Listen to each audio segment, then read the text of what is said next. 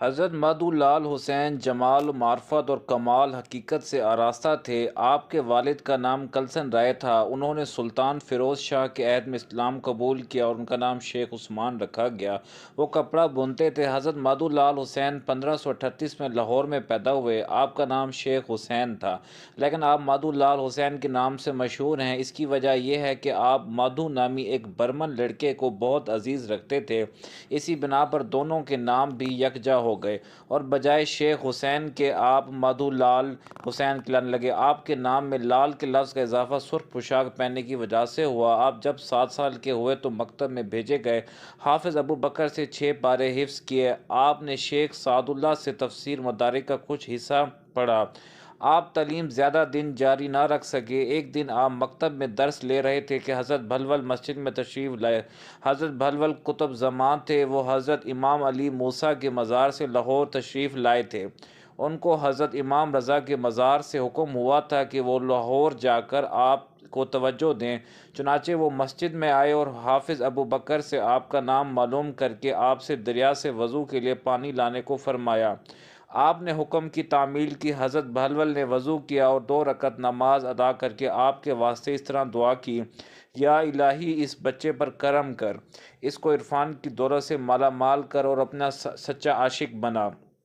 ایک حکایت یہ بھی ہے کہ حضرت بھلول نے حافظ ابو بکر سے فرمایا کہ ماہ رمضان قریب ہے، اس سال رمضان میں شیخ حسین قرآن سنائیں گے۔ یہ سن کر آپ نے بھلول سے عرض کیا، یہ کیسے ممکن ہے؟ مجھے تو صرف 6 پارے حفظ ہیں۔ حضرت بھلول نے فرمایا کہ فکر کی کوئی بات نہیں ہے، تم ضرور قرآن سناؤ گے۔ دریا پر جاؤ اور وہاں سے ہمارے لیے پانی لاؤ، اور ایک بات کا خیال رکھنا، وہاں جو بزرگ تمہیں ملیں ان کی ہدایت پر عمل کرنا۔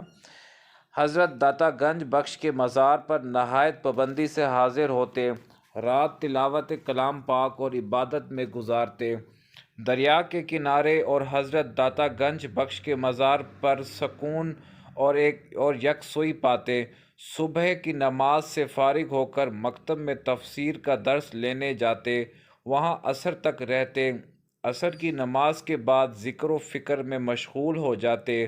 مغرب کی نماز ادا کر کے عشاء کی نماز کے بعد ذکر و فکر میں مشغول ہو جاتے۔ مغرب کی نماز ادا کر کے عشاء کی نماز تک نفل پڑھتے۔ بیماری کی حالت میں بھی آپ کے معمولات میں فرق نہیں آتا تھا۔ ایک اور حکایت ہے کہ ایک روز آپ شیخ سعد اللہ سے تفسیر مدارک کا درس لے رہے تھے، جب ایک آیت پر پہنچے جس کے معنی یہ تھے کہ اس جہاں کی زندگی لہو لعب ہے، تو آپ نے شیخ سعد اللہ سے اس کی وضاحت اور تشریح بیان کرنے کی درخواست کی۔ انہوں نے فلسفیانہ اور عالمانہ طور پر آپ کو سمجھایا اور اس بات پر زور دیا کہ یہ تمام دنیا ہی لہو و لعب ہے۔ یہ سن کر آپ پر وجدانی کیفیت طاری ہو گئی۔ آپ اسی حالت میں رقص کرنے لگے اور یہ کہتے ہوئے وہاں سے نکلے، جب خداوند تعالیٰ نے ساری دنیا کو تماشا فرمایا ہے تو بس اس میں مصروف رہنا چاہیے۔ آپ نے کتابیں ایک کنویں میں ڈال دیں، داڑھی مونچھ کے بار سے سگبدوش ہوئے، جام آپ کے ہاتھ میں ہوتا اور آپ گلی کوچوں اور بازاروں میں نشے کی حالت میں پھرتے تھے، طوائفوں میں جاتے، ناچ گانے میں ہمتاً مشغول رہتے اور محفل نشاط میں شریک ہوتے تھے۔ غرض آپ نے ملامتیہ طریقہ اختیار کر لیا تھا۔ آپ کے پیر و صدگیر حضرت شیخ بھلول کو چنوٹ میں معلوم ہوا کہ آپ شراب پیتے ہیں، مدہوش رہتے ہیں اور شریعت سے بھٹک گئے ہیں، تو وہ آپ کو دیکھنے کی غرض سے لاہور تشریف لائے۔ آپ کو دیکھا اور مطمئن ہو کر واپس تشریف لے گئے۔ آپ کے قلدرانہ مشرب کی شکایت اکبر کے پاس پہنچی۔ اکبر نے آپ کو دربار میں بلایا۔ اکبر نے آپ سے دریافت کیا، اے درویش، سنا ہے تم خدا رسیدہ ہو؟ آپ نے جواب دیا، اس میں کیا شک ہے؟ اکبر نے پوچھا، اچھا یہ تو بتائیے کہ آپ خدا تک کس طرح پہنچے؟ آپ نے جواب دیا، اے بادشاہ، میں خدا تک نہیں پہنچا، بلکہ خدا مجھ تک پہنچا ہے۔ ایک درباری نے اس کا ثبوت مانگا۔ آپ نے اکبر سے مخاطب ہو کر فرمایا، اے ہندوستان کے سیاہ و سفید کے مالک، موٹی سی بات ہے، اگر آپ نہ چاہتے تو یہ گدھا آپ تک کیسے پہنچتا؟ اکبر آپ کا یہ جواب سن کر خوش ہوا اور آپ کی عزت اور احترام کے ساتھ آپ کو رخصت فرمایا۔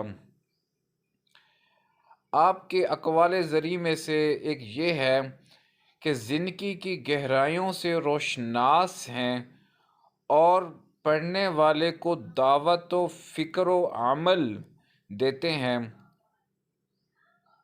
مثلاً آپ فرماتے ہیں، جب علم کے ساتھ عمل نہ ہو تو اس علم سے ناچنا کودنا بہتر ہے۔ اسی طرح رواداری، محبت کا درس دینے کے ساتھ ساتھ دنیا کی بے ثباتی کا تذکرہ چند لفظوں میں کرتے ہوئے کہتے ہیں، میں نہ مقیم ہوں اور نہ مسافر، نہ مسلمان نہ کافر۔ آپ کی جو کرامات ہیں وہ یہ ہیں، مثلاً یہ کہ آپ ایک مرتبہ موزہ منڈیا کے نمبردار نے آپ کو اور آپ کے ساتھیوں کو ایک کمرے میں بند کر دیا اور کہا، جب تک بارش نہ ہوگی رہائی ناممکن ہے۔ آپ نے نمبردار سے فرمایا کہ اچھی بات ہے، لیکن نان اور مرغ کھلاؤ، پھر دعا کریں گے۔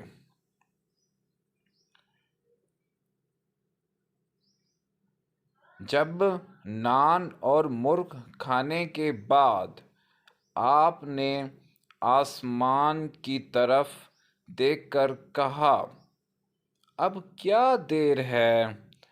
آپ کا یہ کہنا تھا کہ ابر گھر کر اور خوب بارش ہوئی۔ آپ نے 1599 میں وفات پائی۔ بوقت وفات آپ کی عمر 63 سال کی تھی۔ آپ شادرہ کے قریب مدفون ہوئے۔ اسی طرح جب آپ مدفون ہوئے تو اتفاقاً چند سال کے بعد مقبرے کے نزدیک دریائے راوی آ گیا اور مادھو اپنے مرشد، یعنی کہ جو مادھو ہے وہ ان کا شاگرد ہے، تو مادھو اپنے مرشد کا صندوق وہاں سے نکال لایا اور اس جگہ دفن کیا جہاں اب اس وقت مزار ہے، اور مادھو بھی 1646 میں فوت ہو کر ان کے ساتھ دفن ہوا۔ آپ کے عرس کے موقع پر ہر سال میلہ چراغاں ہوتا ہے۔